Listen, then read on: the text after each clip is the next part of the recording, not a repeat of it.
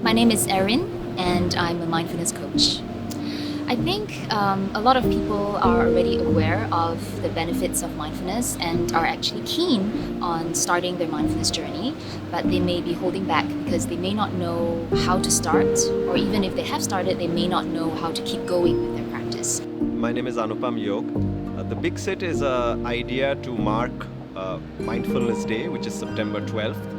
And in an era where we're living in the world of a pandemic, we are quite blessed and frankly very fortunate to be able to get together in a social space.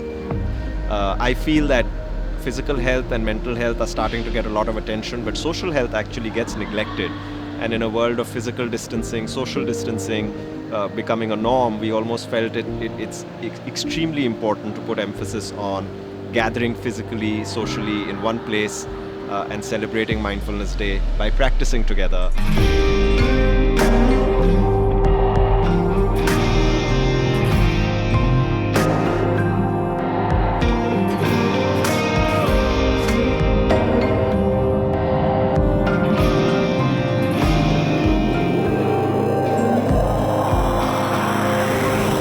So we see mindfulness not as a treatment or a cure, but more of a preventive approach to mental health care. And mindfulness is a way of life, and it's really a lifelong practice. So I hope through the Big Sit that more people would be inspired to pick up the practice of mindfulness and to be able to see mindfulness as a basic human capacity that we all can have, and that mindfulness can be practiced anytime, anywhere.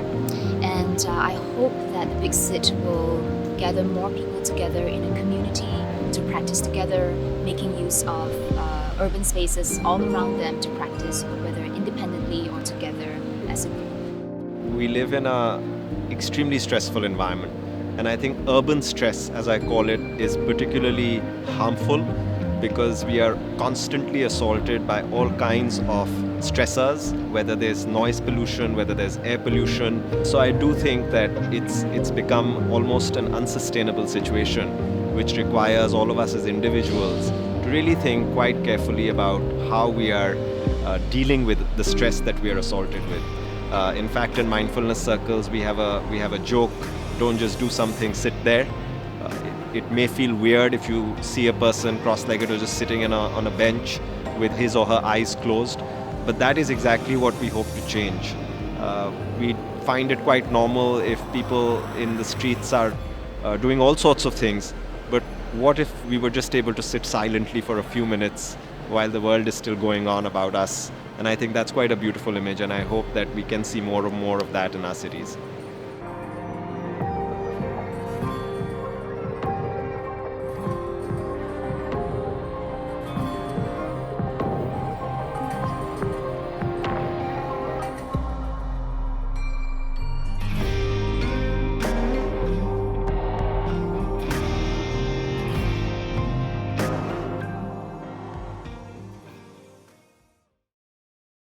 Good morning, good afternoon, good evening, and thank you for joining us from wherever you are and whenever you are. I'm delighted to be having this conversation today as part of World City 21 about something that began almost a year ago at World City 2020. So really happy to be here with my friend and collaborator in this initiative, ERIN LEE, whom I'd love to say hello to. Hi. Hi, Anupam. Yeah, so it's been more than a year since our very first Big Sit on 12 September 2020, and that was Mindfulness Day. And I still remember quite vividly how the idea got started. So the initial desire was to do a flash mob meditation in the city, and somehow it got evolved into just purposefully inviting people to physically convene at an urban space in the city to meditate together. And we ended up calling it very simple name, the Big Sit, right? So, while a flash mob is really more of a one-off event and it's meant to be quite fleeting in nature, I think the Big Sit turned out to be something quite intentional and also quite sustaining, right?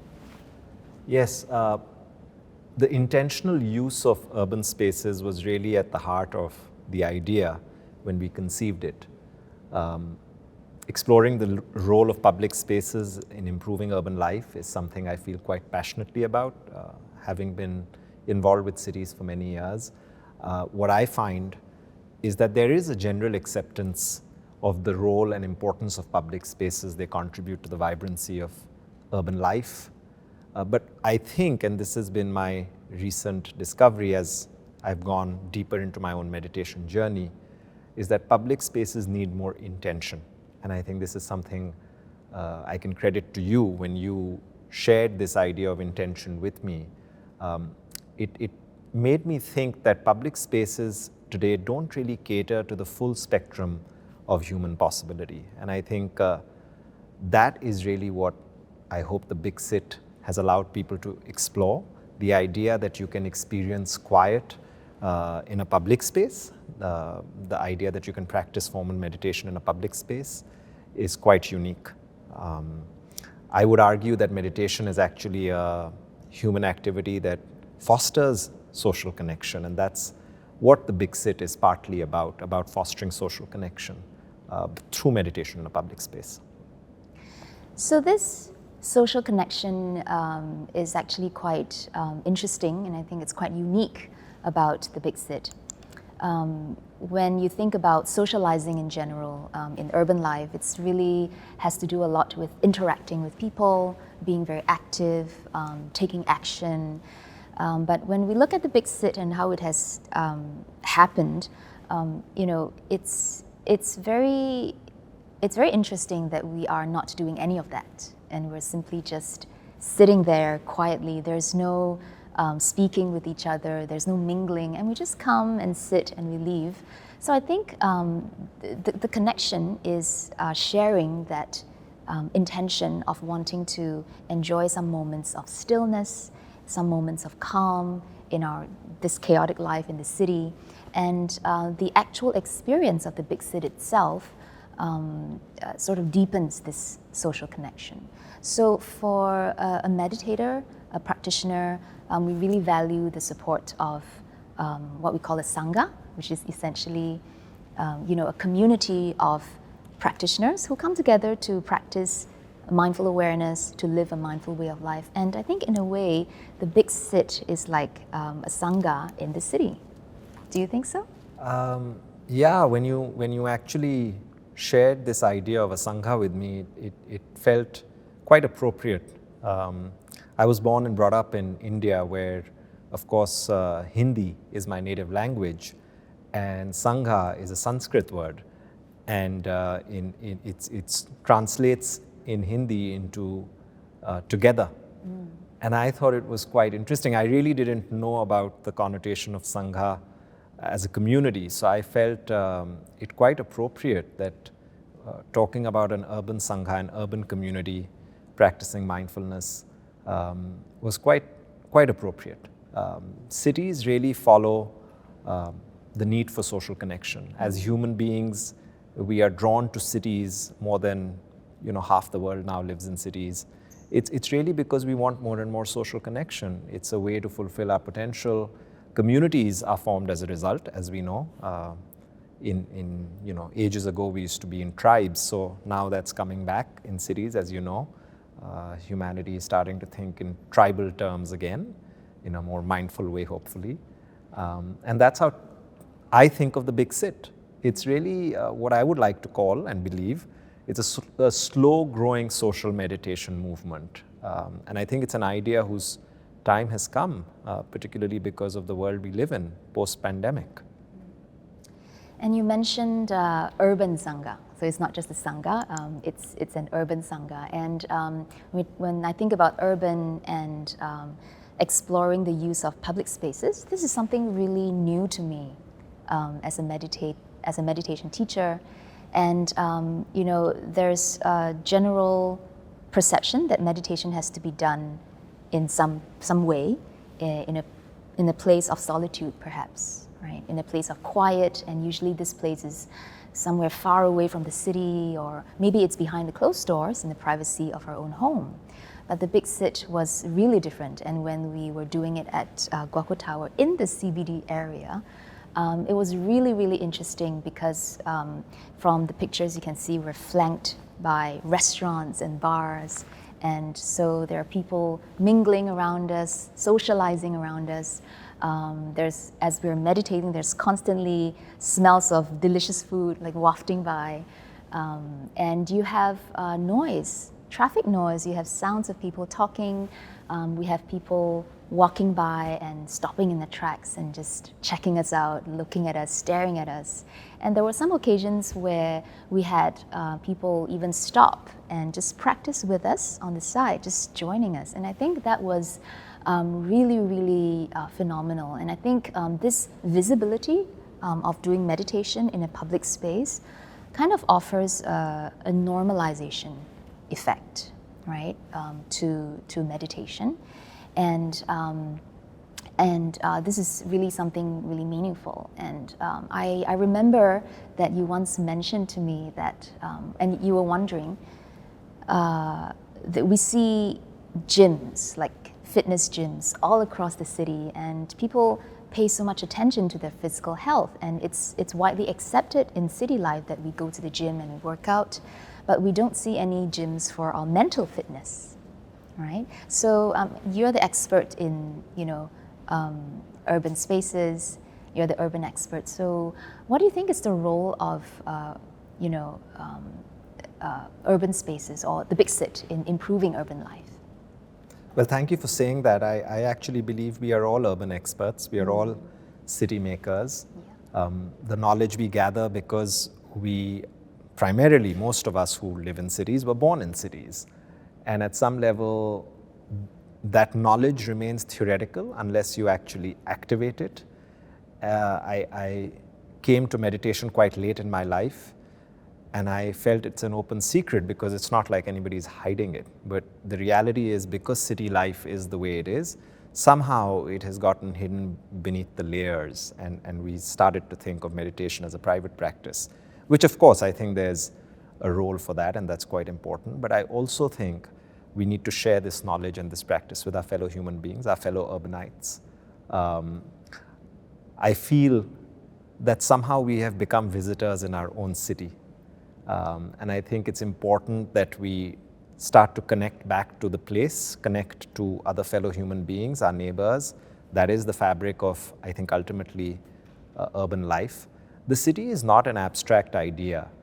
It's not just a collection of physical spaces, which I almost think of analogous to the machinery of a city that supports our existence. I think ultimately cities are meant to be in service of humanity. So we started creating urban enclaves like parks and plazas,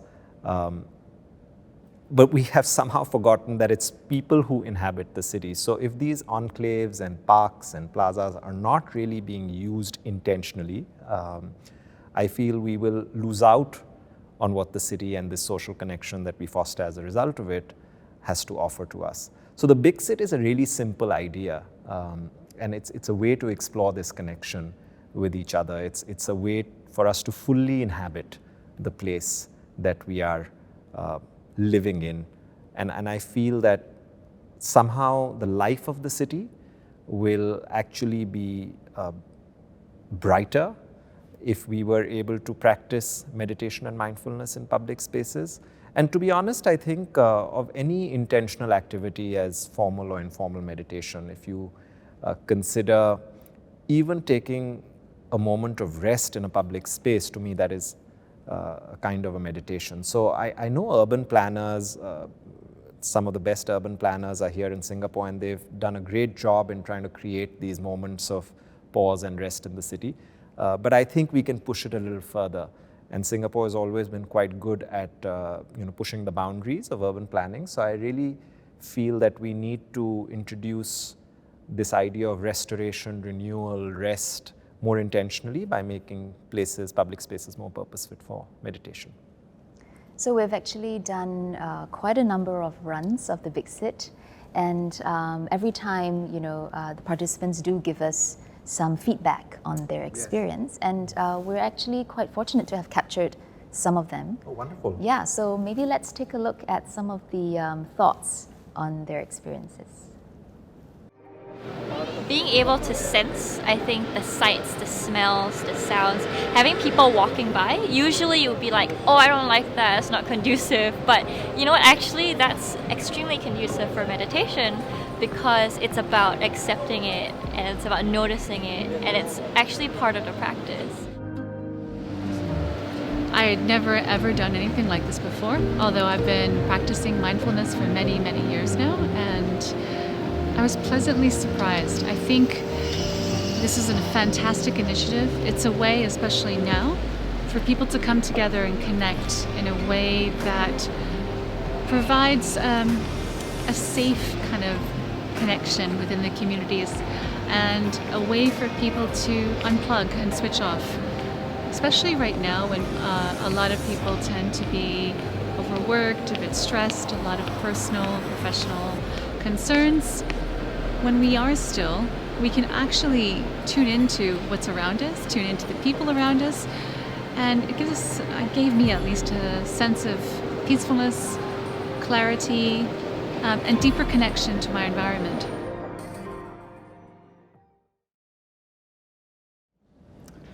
How wonderful. Listening to Anna and Keziah really reminded me that it is intention which changes somehow the way we experience these places.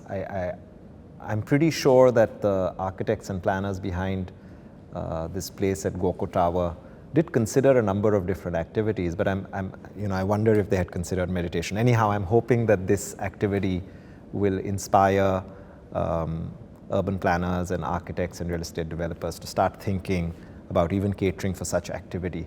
I find that, if we reimagine the city as a collection of nudges that foster our well-being, we can potentially uncover a whole dimension of human potential.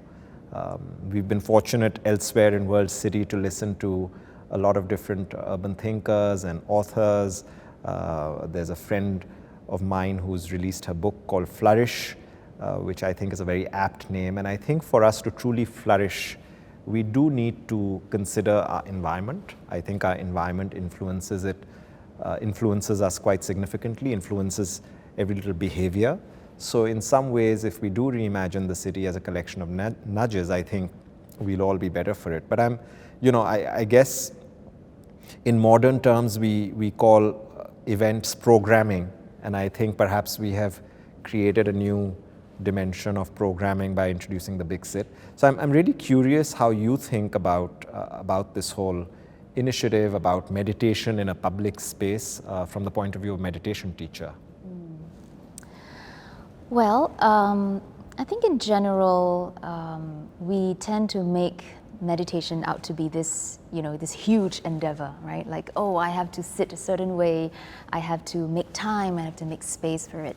And on the contrary, mindfulness or meditation is really ordinary. It's extremely ordinary, and it is something that can be practiced, anytime and anywhere, and that is really important, right?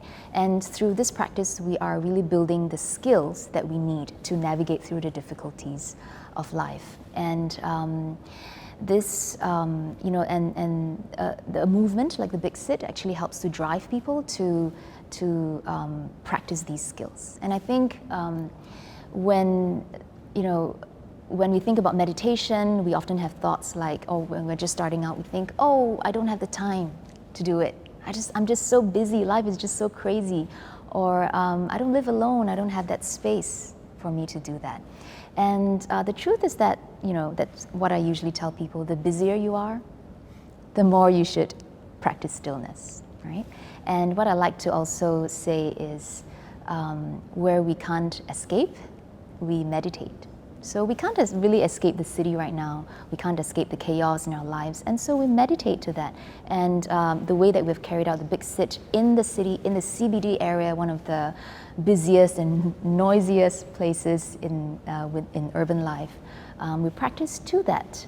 And so we're really making use of existing space and the resources that we have to practice. So, in a way, I think the city is actually a perfect place to practice stillness. That's quite interesting coming from a meditation teacher. I think the city, to be honest, is far from perfect, and if it were, then why would we have to do anything, right? I think there is some reflection needed on the pursuit of success in a city. Cities have come to be known for places where you can meet your potential in economic terms. You know, the notion of success. We measure success through GDP at country level, but I'm not sure that guarantees human well-being, even if you're very successful. I find that so-called developed nations of the world have realized that ultimately that goal of economic success is not perhaps the ideal to be striving for, and particularly in the world of a pandemic, we've realized that better health is probably a goal that should be at the heart of a new definition of success. Interestingly, as I was exploring meditation, I also realized there's a lot of research that has been going on in neuroscience, in mental health, and I think it's really interesting that Western medicine has realized that there is a role for meditation, not medication, in improving our immunity and helping unleash the sort of regenerative capacities of body and mind. So I think this knowledge has been available to us in many ways. I realize that I grew up in a culture, I think you've grown up in a culture where we had access to this, but somehow we weren't able to access it in the normal course of life. We came upon it later in adult life. So I think there's an opportunity now to synthesize what we're learning in the West, what we're also exploring in the East. I don't think these labels matter anymore. We need a synthesized approach, and cities in many ways allow for synthesis. It's led certainly me to this idea called Conscious Cities Index. I really want to explore this connection between the built environment, our well-being, and meditation and public spaces. And I'm also very grateful that, you know, what I thought would be a one-off simple idea to celebrate Mindfulness Day has become, as I said earlier, a slow-growing social meditation movement. We have recently celebrated World Mental Health Day on October 10th, and I was delighted that there was a small group of volunteers in London who decided to take the TBS idea, the Big Sit idea, and make it theirs. So I hope TBS helps many more urban communities access mindfulness. It's a fantastic resource, it's free, and I hope we are able to see more and more meditation in public spaces. And on that note, perhaps we can bring this session to a close with a meditation, if you will. Absolutely, absolutely. And I invite everyone tuning in to join us in this short practice. And you had wanted to sit cross-legged on the chair, or no? Oh my gosh. No, I think I'll be fine. So yes, so any posture is fine. We do sit probably a certain way at the Big Sit, but there really isn't a need to. You can sit wherever you are, on a chair or on the floor. So as long as your posture is wakeful enough, stable enough, you can close the eyes or just lower the gaze to the floor and bring the body to stillness. So let's start by just opening our awareness to what is present for us.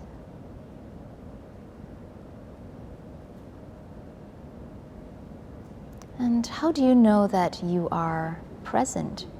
How do you know that you are here?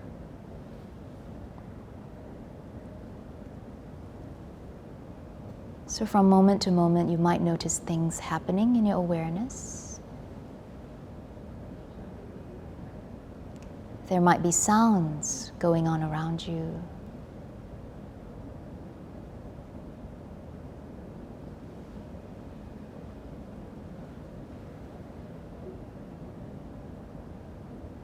Perhaps thoughts lingering in the mind.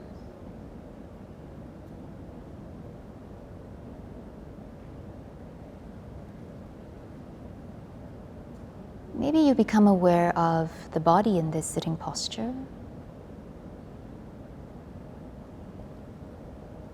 Noticing sensations, feelings in parts of the body.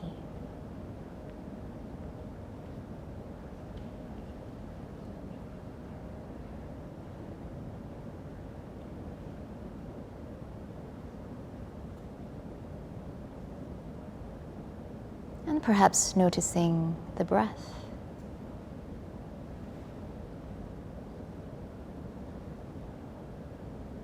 All of which remind you that you are here.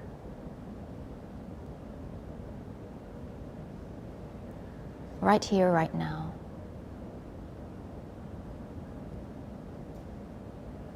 There is nowhere you need to go. There's nothing you need to do except to just be in each moment.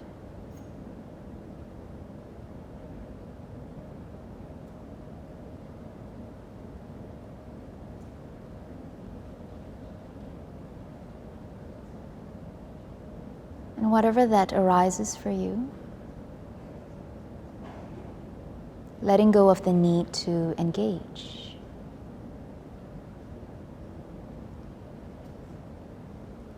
Letting go of the need to push away.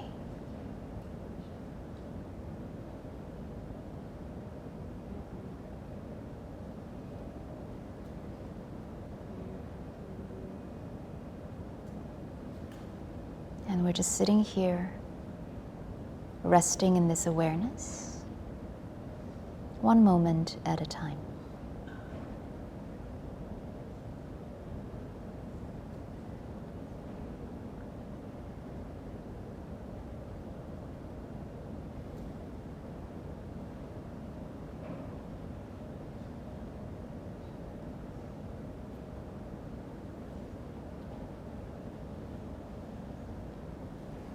And as we get ready to transition out of our practice, let's take a deep breath in.